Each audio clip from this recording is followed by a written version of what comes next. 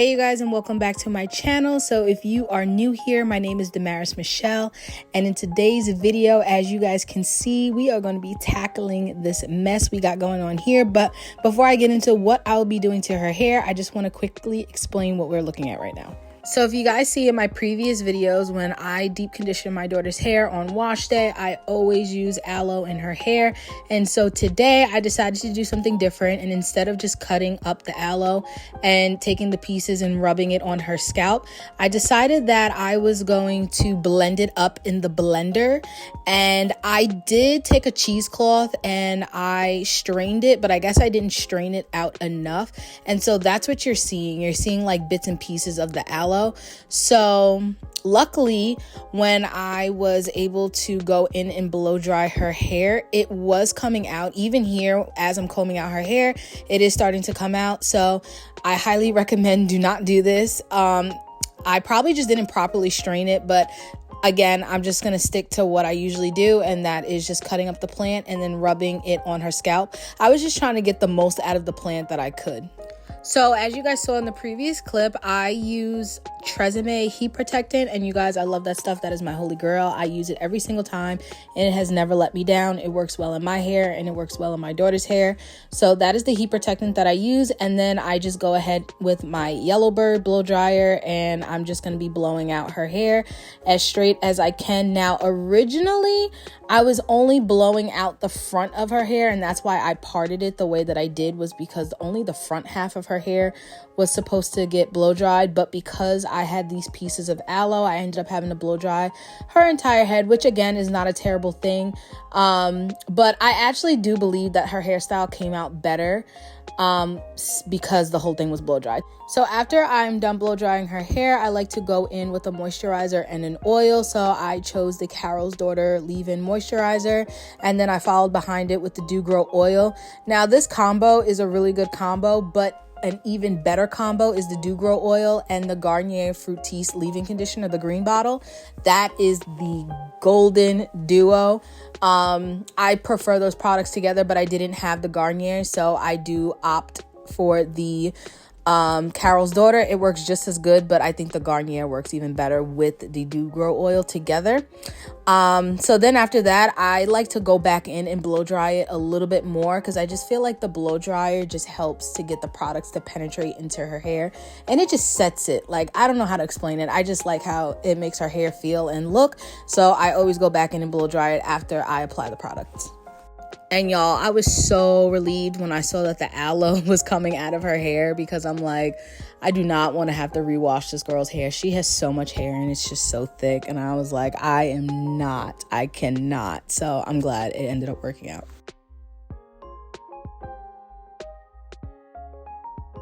So I ended up having to style my daughter's hair really quick because she had a children's event to go to at church today, and I wasn't going to have time to do her hair. So I ended up doing this really cute half up, half down look. I'm going to actually insert a picture so you guys can see, because she just looked so cute. But anyway, this is just me fixing the part and making it a lot neater. Parting is something that I still really struggle with. It takes me quite some time to get the part as perfect as I can. So here, basically what I did was I just measured from behind her ear, and I did the same thing on the other side, and that's kind of how I get it to look even. And then now here, I'm just parting her hair down the middle, and I like to go in with the jam to help make my part nice and neat and as straight as I can. I need all the extra help that I can get. I really took my time parting her hair in the middle and getting it as straight as I can and making sure that it was in the middle, because with this hairstyle, it is pretty crucial. I would say this is probably the most important part, where the part really matters, because you don't want your daughter to have like lopsided ponytails on her head, because you will really see the difference because of the hairstyle. So now, this is the method that I use to get my ponytail to look as neat as possible, and to get my braids going in the right direction, because it can get a little tricky if you're not like a professional braider. Like, I'm not a professional braider, so I always have to try like little techniques to make it a little bit easier for myself. So right here, I'm just taking the one side and I'm splitting it in half again, and the parting matters, but at the same time, you can kind of get away with it, but you want to make sure it's in the middle as much as possible. You want to make it even. So then after that, I'm going to split the hair down the middle, as you can see on one part. And the purpose of this is so that we can make a center, because that is where you are going to be braiding the hair into the center.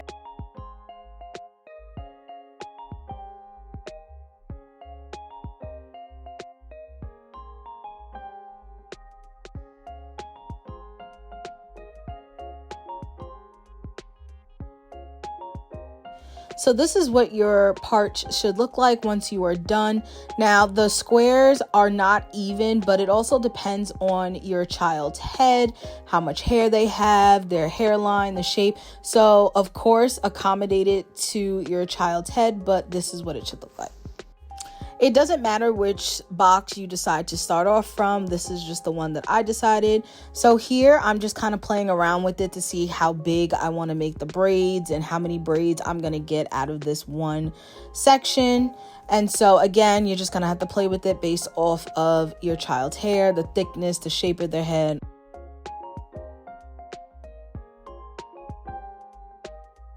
Before I start each braid, I just like to go in and put a little bit of that same jam at the start of the braid, just to give it a more clean and polished look.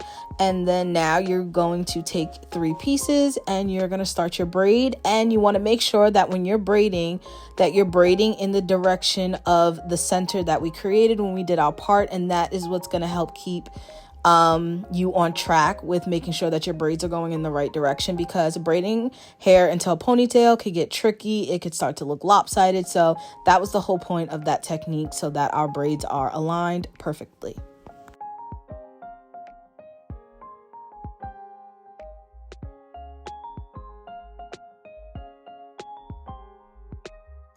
Again, I'm just making sure that when I am parting, I'm making sure that I am going in the direction of the center that we created.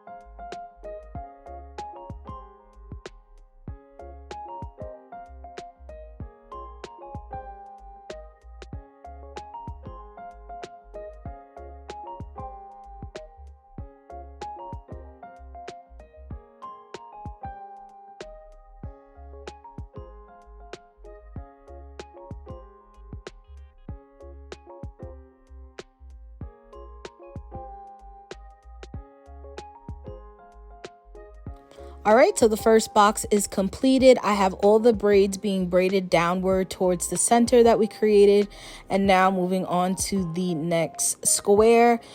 Also, if you notice the way that I just gripped her hair as if I was already going to be putting it into a ponytail, that is another little small technique that I do to kind of help me determine my next part.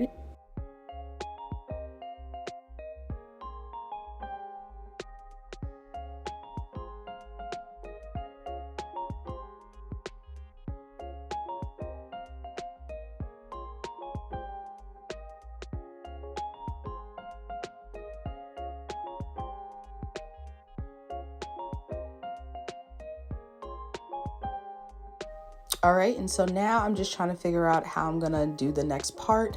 If you notice, I am making sure that it's going back to the center, because that is going to be key.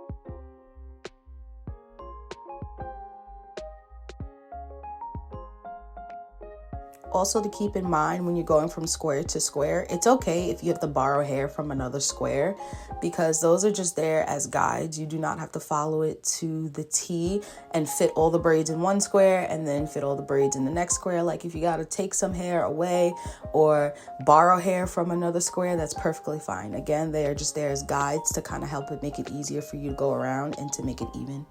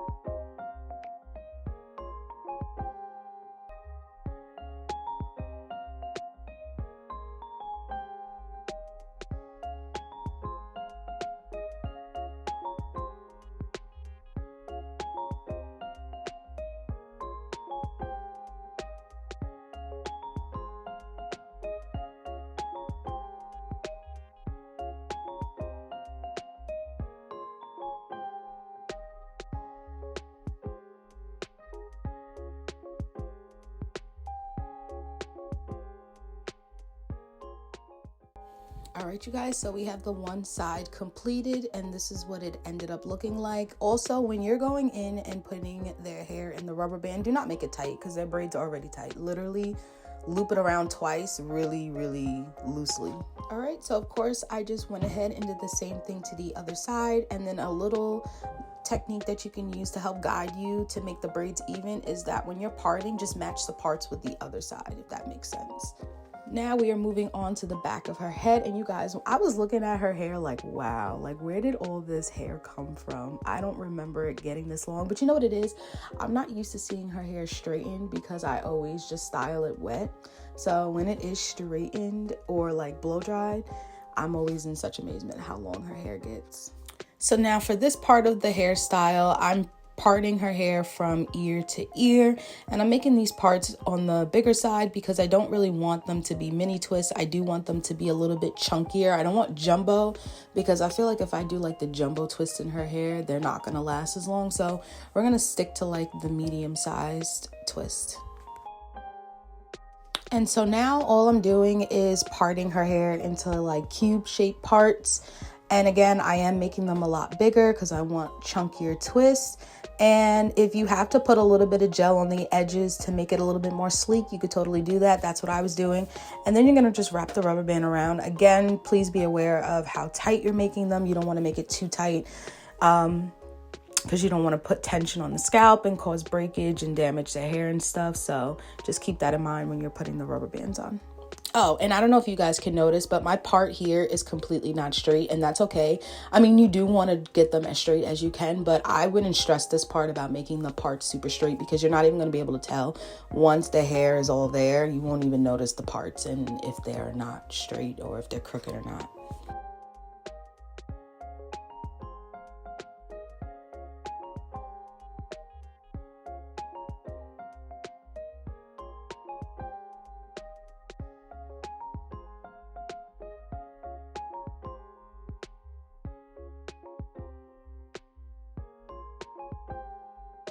Y'all already know I had to go in with the Dew Mousse because that is my go-to mousse, especially for my daughter's hair and my hair.